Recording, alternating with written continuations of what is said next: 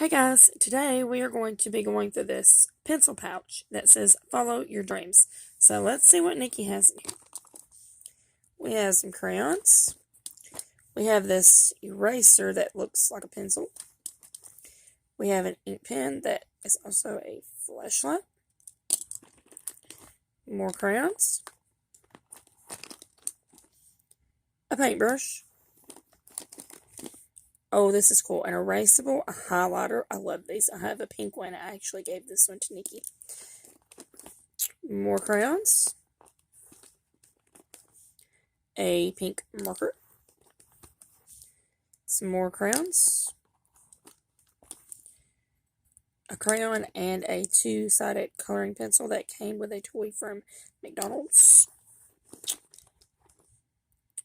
More crayons and a coloring pencil.